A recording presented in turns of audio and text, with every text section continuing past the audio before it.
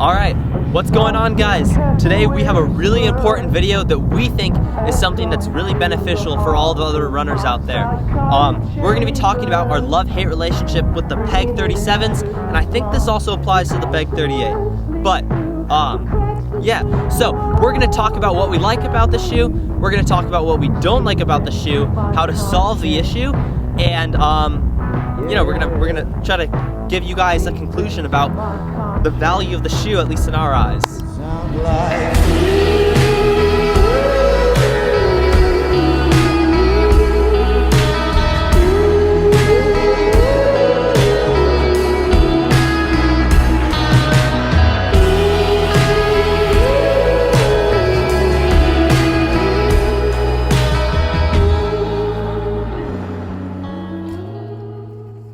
Okay.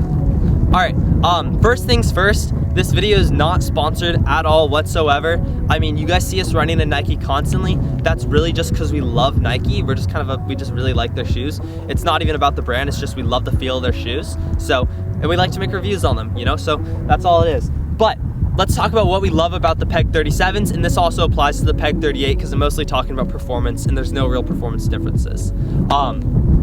Yeah, so the Peg 37s, if you look at the shoe, it's, at least from the 36, they made the stack height a little bit higher. The foam, I think, might be a little bit different, but the general design of it gives the feel of a faster shoe. Now, it still has that nice cushion of the pegs that people have known them for, and we really like the feel of them. The sole is grippy, right? You can take it on a trail, and if anything, unless you're on some seriously aggressive, crazy, gnarly, like, tricky terrain, like, there's no need to have anything more aggressive of a sole than this. So we like it for every instance, basically. We know it can handle.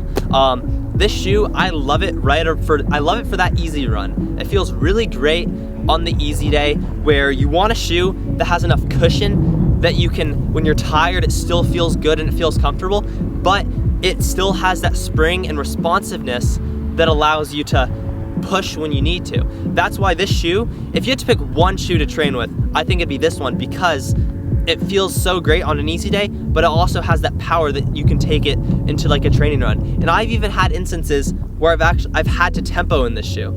And I'll be honest, it's not the greatest for that because it is still a trainer, but it made it work. What else do we love about this shoe? Well, for the Peg 37s in specific, we love the upper. It's beautiful. It's really light. This is a special edition, so you have that different tongue, but in general, the upper is really nice. It's thin, which is something I like, but it still feels somewhat supportive, and that really doesn't stem, I don't like support from a thick shoe. I like support from an upper that fits well to your foot. That's how I think it fits better on me. So that's what we like about the shoe. Let's talk about what we don't like. This is all, you saw the title, it's a love-hate relationship. What do we hate about this shoe? It's really just one thing, it pops. There's an airbag inside and that airbag pops. And that is incredibly frustrating. And that's the biggest downfall, if anything it's the only downfall of this shoe. So, I mean, what does that do to like, why does that affect us? Well, if the airbag pops, you lose a lot of that spring. And then one shoe is going to be a little bit lower, your foot's going to rest a little bit lower than the other, and it's going to perform differently. One shoe is going to be more responsive than the other. If, for example, if this shoe is working great and springy and this one's popped and different, it's like running with two different pairs of shoes, and that can be something that can get you injured, and that's something that we try really hard to avoid because if you're going to train hard, you don't want to lose it to an injury. I've had 2 pegs popped, Lex has had 2 pegs pop. Throughout our team, we've had multiple guys pop their pegs, and a lot of this comes down to the terrain. So we're going to talk about how you can detect if your shoe is popped. I want this video to be as beneficial to you guys as possible, so I'm going to try to describe how to figure out if your shoe might be popped. Now, for reference, the Nike airbag inside of the inside of the Peg 37, it's set at 20 psi, so that's rather firm. When it pops, you're going to feel the difference. Now, it's hard because some days you don't feel great, some days you do feel great, and you might think, oh, these shoes feel terrible today. But the biggest thing to tell if the shoe is popped is you want to look inside or feel inside it, and you want to feel to see if the shoe is and you want to feel the the insole, and you want to feel right where the ball of your foot is, and you want to see if it drops off drastically.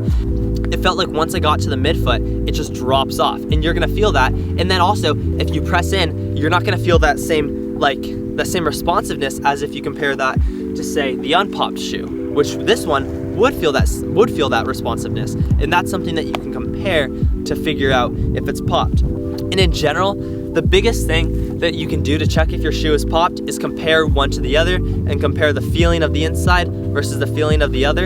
And that's usually enough to tell. And it's that issue that makes it so then these shoes aren't 100% perfect or reliable. But that doesn't mean there's ways you can't avoid it. So we're gonna talk about that next. All right, so if this shoe pops, if your pegs are popping, how can you avoid the shoe popping? So I'm just gonna talk a little bit from experience and what we try to do not to. Because the common causes of your shoe popping is usually as a result of uneven terrain. In general, the thing that pops it is thorns. They'll dig right in and just pop it, and that's a pain. So if you're running and the ground isn't cleared, like for example, the ground I'm standing on right now, you can take a look. This is like, you can't really see the ground. I don't think this is gonna pop my shoe, but it's instances like this where you don't know what you're running on that I'm kind of wary of getting a popped shoe because it's happened before. And really, you just have to know your area, and you gotta know like the type of trees that are around you, because I bet there's a lot of regions where I'm sure that's not an issue, but for us, we do a lot of runs next to fields and stuff like that, so we're really susceptible to getting thorns in our shoe, and it's stuff like that that will pop it. So you wanna try to avoid that. And it's not like a bike, you can't just rip out the tube, put some slime sealant in there and go tubeless, but maybe Nike can invent that. That'd be great. All right, so you heard a whole lot of this video me talking about what's wrong with the shoe. And that's just because I really want you guys to see the downside of the shoe and what could cause it to be bad. But regardless, I've been using the shoe for 2 years and I've only popped it twice, which isn't that bad, right? Which is why we still love the shoe, because you heard all about what I love about the shoe and how great it performs and how it's probably the greatest everyday shoe. If I had to pick one shoe to use forever, it would be this shoe, because I think I could use it in the most instances, right? It's so versatile. It's very similar to the Fly 4s, but it's a little bit more comfortable, which makes it a great shoe for like easy runs, and that's why we love it. So aside from the shoe popping once in a while, it feels comfortable, it feels responsive, it gets the job done on every single run, and it lasts a really long time. So that's why we like it, and it feels great on the foot. So at the end of the day, I definitely still recommend the shoe. I mean, I think at NP, probably 70% of the team trains in this shoe on a daily basis. And for that reason, I mean, we've had so much success in the shoe, and I think it's helped with injuries because it's got a good stack height and it just feels great on the foot. So I recommend it. Thank you guys so much for watching this video. I really, really hope that if you're thinking about getting the pegs, or if you're using the pegs, I hope that this at least educated you on the potential downfalls of them and why they're such a great everyday shoe. And let us know in the comments, please do. If you've had your pegs pop, or if you know any other ways to avoid it, let that know. Let us know there. That'd be great. I think a lot of people could, if we don't know all the answers for fixing these, and I think it'd be great if we could figure out if there's any other ways to help prevent them from popping, or different instances where they have popped. But yeah, make sure to like the video, subscribe. I think there's a whole lot more coming. We'll see ya.